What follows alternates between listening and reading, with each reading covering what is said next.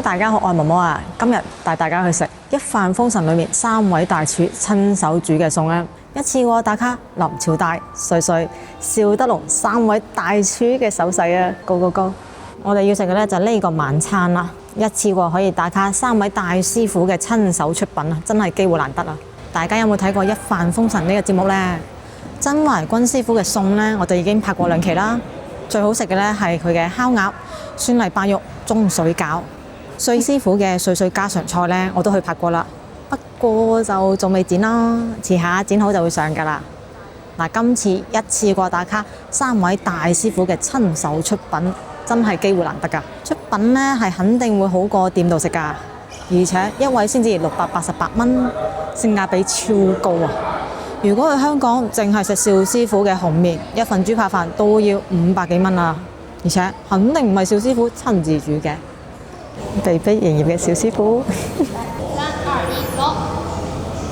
這就是邵師傅的豬排飯。第4剔啦，辛苦晒邵師傅。呢個160組合咧，其實3位大師傅夾埋係有160歲㗎啦。認真做嘢啊，炒到手都跛埋啊！到時仲要上北京炒係咪？係啊，佢哋呢度啲鑊好大隻。好大隻，咁你嫌大隻唔係一樣按幾斤鑊？我哋香港因為個頻率高啊，所以我哋用嗰啲鑊咧比較單啲、細啲嘅。哦，咁都辛苦你啊！真係炒咗幾廿年，突然間換個大鑊。唔係唔關事，佢呢度因為酒樓，佢一定要咁大隻鑊，佢先炒得咁多圍嘢。哦。香港我哋餐廳嘅話咧，就唔需要咁大隻，所以啊炒落去好辛苦。有道理，唔辛苦晒，辛苦晒，都160啦，夾埋一齊。係啊，所以而家今次嚟真係搏晒老命啊！搏晒老命，哎呀，咁我要搏晒老命食添啊！到時份豬排飯不大份啲俾我。唔，呢個標準嚟嘅。呢個標準嚟㗎，有冇加飯㗎？每位全部加大嘅，全部加大嘅，但我大食喎，有冇加量㗎？試得下 OK 嘅。係啊，到時就幫我畢多學。多謝。期待你嘅豬扒飯好耐，之前諗住訂紅麵啊嘛，但係你咪超爆嘅，然之後搞到打極都訂唔到咯。然之後後期見到你親自過嚟順德呢邊炒啦，喳喳諗吉過嚟啦。多謝。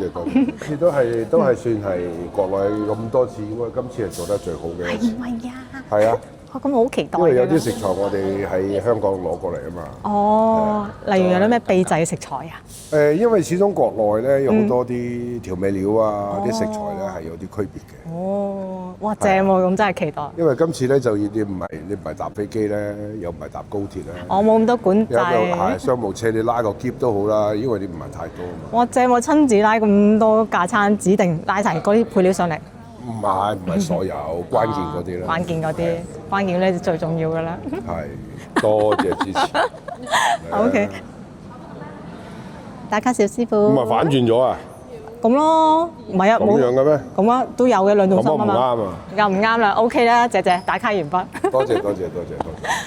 到時紅麵幾時有可能？唔係啊，轉頭加個微信可以揾我幫手做。好啊，內部我中意。你哋喺順德啫嘛係嘛？我哋喺廣州啫，仲近。我廣州好近。你有冇過嚟廣州？聽日你過嚟廣州？聽日去廣州。你去廣州玩就乜？講個行程俾我聽下。唔係啊，去阿七嗰度啊。哦，你去七哥嗰度啊？嗰度係啊。啊！以前做阿七，佢咪有間潮州菜嘅。哦，新開嗰間係咪啊？哇，好靚喎，裝修好勁喎，bang bang聲喎。你覺得？落去咩咯？去大家互相去支持下咯。哦，正喎！因為個節目完咗咧，我哋係好需要咩咧？啲線下嗰啲活動咧，即係去維持住嗰個咩熱度。明白。如果唔係嘅話咧，你嗰個一路都係向下跌嘅。係，明白係。所以除咗係咩咧？大家互相去將大家啲生意做好啲，都保持個熱度，咁呢個都係一個好事嚟嘅。係啊，一個好嘅循環啊，咁樣先越多人關注嗰個廚藝問題啊嘛。廚藝問題啦，同埋私底下咧，就算係比賽都好啦，原來大家都係互相去支持嘅。好嘅，唔該晒，陣間期待你嘅飯。謝帥師傅。所以為什麼這次沒有帶那個紅燒肉？紅燒肉拿不出手吧？不至於吧，上面很好吃啊，上層是入口即化的。對，但是今天的菜更好吃。被逼營業嘅潮哥林潮大師傅，其實大師傅咧煮餸就叻啫，要賣廣告就難啲嘅。好多謝林師傅。林師傅親美餸之中咧，聽聞嗰個西洋菜湯啊，水師傅好中意喎，係咪㗎？係啊，我哋煲個西洋菜，啊煲個西洋菜陳神風味，嗰個飲3碗。哇，咁犀利啊！落咗啲咩秘方先？我都係正照我哋順德嘅煲湯。哦，咁勁啊！即但係比較係清香，亦都係依家嘅西洋菜嘅季節。咁加埋個陳神，亦都係屬於係我哋呢邊廣東人中意嘅。清潤啊嘛，去比較火。鮮香好多。老獲咗阿水師傅嘅心啦，好期待你今晚。嗰個做湯係廣東嘅 number one。不愧係廚神係咪？順德廚神，期待你今晚嘅心勢。688蚊就可以食到3位大師傅親手煮，仲可以合埋影傾埋偈，都真係性價比好高啦。呢份呢就我哋今晚嘅菜單啦。首先有個前菜嘅3拼啊，分別咧係潮佬老花、燒椒鯽魚、涼拌魚皮，之後咧就個湯啦，青椒紫蘇燴魚頭湯，之後咧就係6道嘅熱菜啊，脆脆松茸蟹芙蓉、蝦子清炒河蝦仁、拌蟹頭油配蜜豆仁、魚子醬魚腐、酸米油小黃魚、番茄米皮、琵琶炆雞、蟹盒魚子醬。之後咧係蔬菜啦，清潤西洋菜啊，主食咧係豬扒飯，甜品咧係順德薑撞奶，好令人期待一個晚餐啊！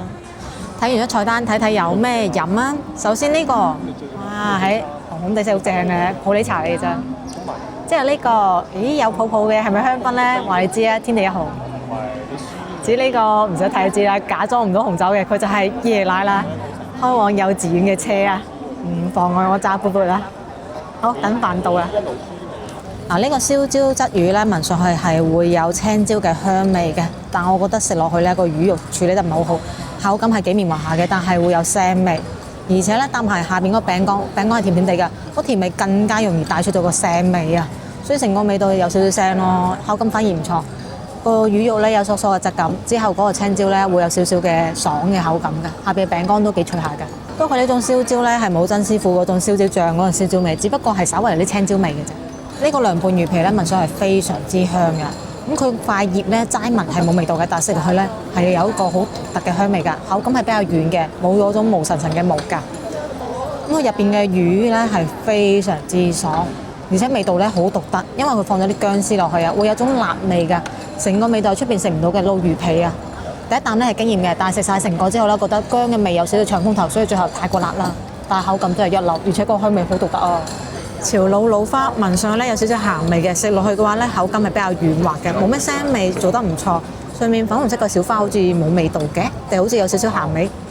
咁佢隔離咧仲有個醬汁嘅，撈埋一齊之後咧，大家味道融合得幾好，幾特別。老花入口即溶，係完全冇腥味㗎，口感上嚟講完美啊！唔會有明顯嘅內臟嘅感覺都唔錯，但係就唔驚豔咯。青椒紫蘇燴魚頭湯係有火保溫嘅，呢點做得幾好喎，688都算有服務㗎啦。咁睇睇個湯色先，非常之奶白色㗎，而且冇油浮面，幾靚啊！聞到咧係有好香嘅魚味嘅。嗱，每家人咧都識整得好唔好食咧，就你一回事啦。試一試大師傅嘅手勢，大嚿嘅魚頭，魚頭點解生呢個樣咧？係因為要煎過㗎，如果咪就會腥㗎啦。咁啱先啊，林師傅介紹咧就話佢已經去晒啲骨㗎啦，做嘅係無骨魚頭啊，有好多嘅蘿蔔、東式蘿蔔菜仁心啊，好啱呢個時候飲㗎。賣相可能差啲，但係嗰個味咧就真係好吸引嘅，非常之純正嘅魚香味啊，一啲都唔腥，就係鮮甜好正啊！魚肉方面咧係比較成嚿嘅魚雲㗎，哇！呢個比料好得啊，而且咧係唔腥嘅，好鮮甜啊，口感仲夠晒 Q 彈軟糯有膠質。個湯咧係完全冇腥味，而且有少少個奶香味，好正啊！不過咧落鹽有少少重手，所以個調味咧係稍微重咗啲啲咯。個蘿蔔咧係炆得好好㗎，入晒味㗎啦，口感咧係入口即化嗰種㗎，幾好食㗎。睇嚟講咧呢個湯就比較有水準啦。魚頭好食啊，不過魚頭有好多細骨啊，所以食起身咧有少少麻煩。咁起咗骨之後咧就方便好多。不過可惜啊，呢骨咧起得唔夠齊啊，都仲係剩翻咗少少嘅碎骨啊。不過都好勁嘅啦，一個魚頭先剩翻2條瓜，都唔錯咧。呢煲湯飲完之後咧，成個身都興合合㗎，好啱而家飲啊！可能俾個辣味冚過咗個紫蘇味同埋青椒味啊！飲完成碗，我先諗翻起呢個叫青椒紫蘇燴魚頭湯喎。但我哋飲出咗個魚頭湯啫喎，前面嗰2個都唔見嘅。脆脆松茸蟹芙蓉係出自瑞師傅嘅，份量唔細。咁呢個咧係熱菜嚟㗎，隻碟咧係有暖過，細節做得唔錯。上面嗰條草咧真係裝飾嚟㗎，苦㗎，唔食得㗎。咁上面放嘅黑色呢個咧係魚子醬，份量比好多下㗎。下邊黃色嘅咧就佢炒嘅腐蓉啦。最下邊咧就有呢個蟹肉㗎。腐蓉咧係炒得幾好下㗎，口感滑，而且蛋香味好足，仲有好多嘅蟹嘅鮮味喺入邊㗎，融合得好好。個腐蓉咧好滑㗎，有啲似炒蛋。如果炒蛋炒到極致咧，應該就係咁嘅狀態，非常之滑，蛋香味好濃，好好食嘅口感係。搭配埋下邊嘅蟹肉之後咧，個鮮味係好正嘅，一流。咁上面嘅魚子咧係有少少鹹味嘅，咁嚟襯托翻，顯得個味道會比較有層次。呢道菜咧係暫時食到最好㗎，主要係口感好好啊！上邊嘅口感軟滑，下邊嘅口感咧一疏鬆樣有質感，無論味道同口感都好有層次。蟹子清炒河蝦仁拌蝦頭油配蜜豆仁啊！其實今次配嘅咧係青豆，咁青豆口感咧就粉粉地咁樣有豆香味嘅。蝦嘅話咧，佢選用嘅係河蝦，河蝦咧就唔大，去咗蝦線，做得幾仔細嘅。河蝦上面咧滲咗蝦子㗎，所以嗰個鮮味咧係有層次㗎。首先咧係河蝦本身嘅清淡嘅鮮味，之後咧係蝦子濃縮嘅鮮味，鮮上加鮮，幾好味㗎。成份食落嚟咧係非常之鮮甜㗎。咁佢河蝦夠新鮮啦，所以口感都幾爽下嘅。咁雖然話唔會非常之彈牙，但啱好咧可以同下邊嘅青豆做到一個口感上嘅碰撞啊，都幾過癮㗎。總體嚟講呢道菜唔差。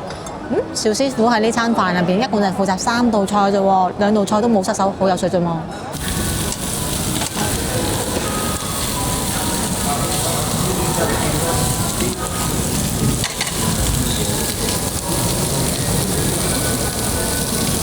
呢個咧魚腐咧就傳統一個順德美食嘅，其實咧用呢種方法去演繹嘅話咧，就調出個傳統順德菜嘅客觀。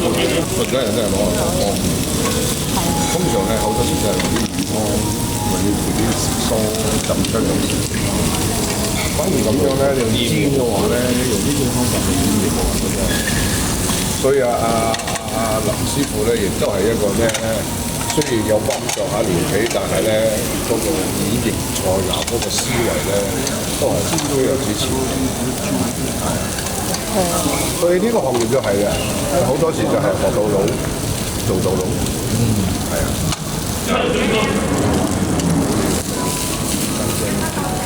魚子醬魚腐，啱先咧就堂前睇下林師傅製造佢嘅魚腐啦，幾過癮啦！呢份菜式咧雖然係熱菜，但係個碟咧係凍嘅噃。咁擺盤咧就好靚嘅，有一個番茄仔同埋有個小青柑，仲有朵花喺度做裝飾。咁我哋睇睇呢個魚腐啊，最上面咧係擺咗魚子醬嘅，中間就係魚腐啦。咁仲有個哈密瓜，之後最下邊嘅咧就係薯片啦。鋪底嗰啲菜咧就唔係攞嚟食嘅。咁啱先林師傅咧就話最正嘅食法咧係將佢哋咁樣拎起身一啖過食齊佢，3種口感4種味道一齊嚟，口感咧係唔錯嘅，但係我覺得味道融合得唔係好好咯。嗱，首先單獨講一下魚子醬咧就普通嘅鹹鹹地味道啦，魚腐咧就係林師傅親自整嘅，口感係非常之好嘅，好軟滑，個魚香味一流，口感亦都係一流嘅。下邊嘅哈密瓜咧夠清甜，薯片夠晒爽，但係融合埋一齊之後咧各有各嘅味道啊！如果單獨嚟食嘅咧，我覺得魚腐係非常之出色㗎。嗰個做法咧，大家可以學習一下嘅。做出嚟嘅魚腐咧，同出邊賣嗰啲唔一樣㗎。佢唔單止有魚啊，佢仲會落少少雞蛋落去一齊整㗎，所以嗰個口感啊同埋味道係好獨特㗎。呢道菜係瑞師傅嘅酸米油小黃魚番茄米皮。咁首先讚一讚呢道菜先，同阿瑞師傅自己講嘅一樣。呢個咧係3.0版本，店入邊嗰係1.0版本。呢個係比店入邊嗰個好食好多好多好多好多好多㗎。咁佢個醬汁咧係非常之好味㗎，少少嘅酸，少少嘅甜，少少嘅辣，仲有獨特香味，好帶動到魚肉嘅鮮味㗎。而且魚肉咧佢係非常之嫩，非常之滑嘅，一啲腥味都冇，同個店入邊食嘅係完全唔一樣嘅嘢嚟㗎。呢餐飯抵啦，終於試到佢哋親手煮嘅嘢啦。睇下呢個琵琶炆雞啊，係出自林師傅手嘅。下邊嘅咧係菇，琵琶咧就睇佢唔到，因為已經融入咗呢個調味入邊啦。咁上面嘅雞咧係去咗骨嘅，今日用嘅係雞中翼，去咗骨㗎啦，寫真就好分辨。咪睇得出啦，係煎過嘅金黃色，仲有少少嘅窿邊位添，聞到有煎過雞嘅香味㗎。咁特別嘅，個個人隻碟都唔同嘅。我立晚過4種碟咯喎，而且佢呢個咧冇乜點擺盤嘅，就咁樣散收收。不過咧佢都係有暖碟嘅，細節都做得幾好下。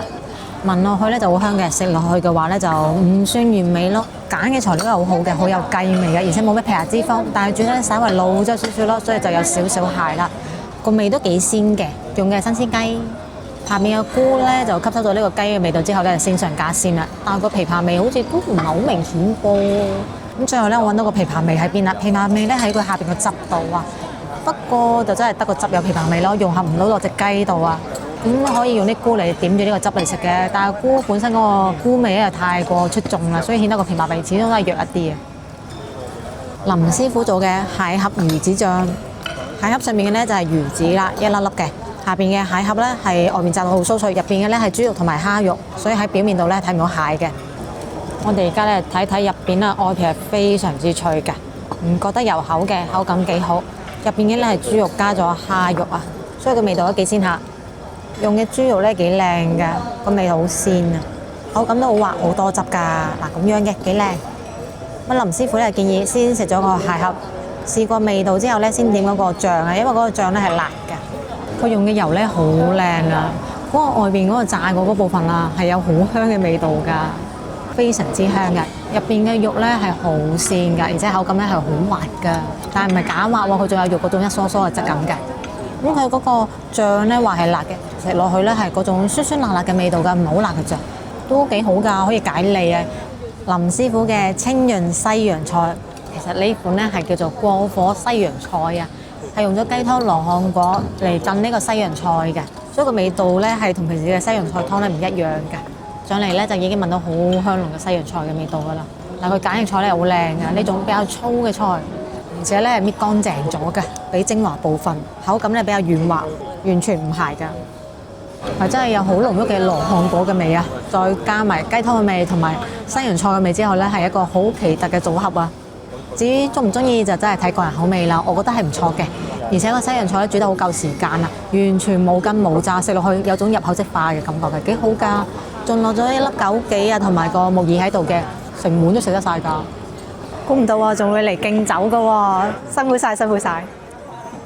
其實這個豬排飯呢，是香港人發明的豬排飯，特別對這個豬排飯有興趣，有很多人都是上學的時候開始。為什麼我們會在這個豬排飯的那個底下用中式的炒飯去做？這就是最具中國的代表性，而且我們還挑選不同顏色的雞番茄，讓你們能夠在整個飯、豬排跟一個番茄醬所示的時候，呈現出來的番茄的濃味性的味道會更明顯。所以希望你們會喜歡，謝謝。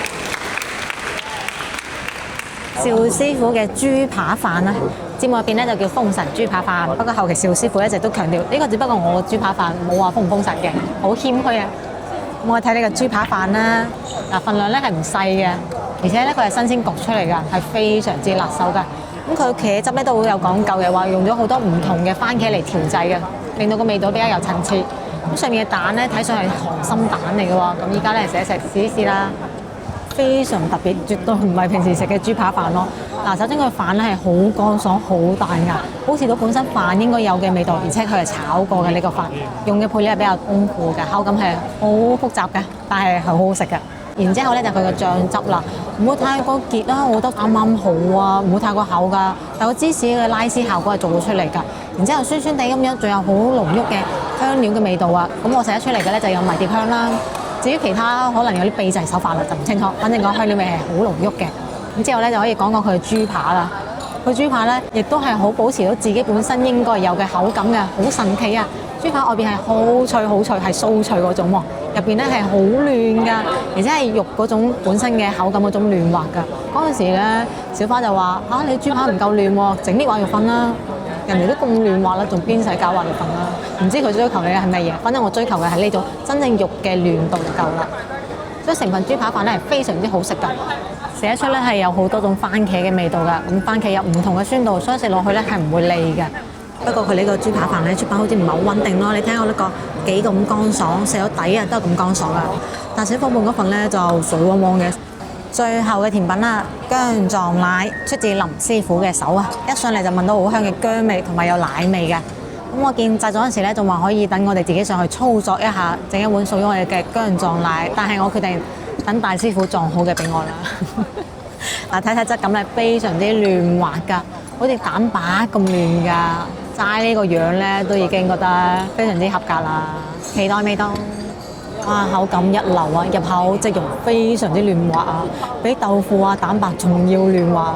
呢碗薑撞奶撞用得好有水準喎，奶味夠，薑味唔算太辣，但都體現得出一個薑就係老嘅辣啊！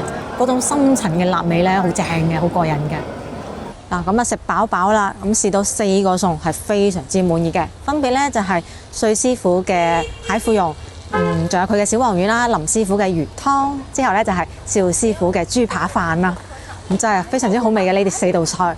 咁首先講講3位大師傅啊，先講最多好食菜嘅帥師傅，佢嗰個蟹腐蓉咧係經驗水平超好食㗎，小黃魚咧比店度好食好多啊，都好值得試嘅。不過咧佢就係好典型嘅門店出品普普通通，但係個人出品係非常之勁嘅，好有實力。所以要唔要店度試咧，就睇你哋個人中意啦嚇，真係好講個人愛好。反正我去店度出品係普普通通嘅啫。咁之後就係林師傅啦，林師傅雖然大部分菜式都係不過不失，但係佢魚湯係真係超好味嘅。如果有機會你飲到佢啲魚湯，你知真係好正。可惜佢冇門店，所以係應該冇得打卡啦。之後就係邵師傅啦，大部分菜品咧都係不過不失嘅。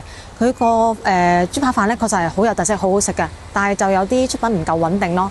好似小伙伴嗰份啦，係比較濕嘅。咁我哋下次去佢門店度探一探啦。反正加咗微信啦，可以。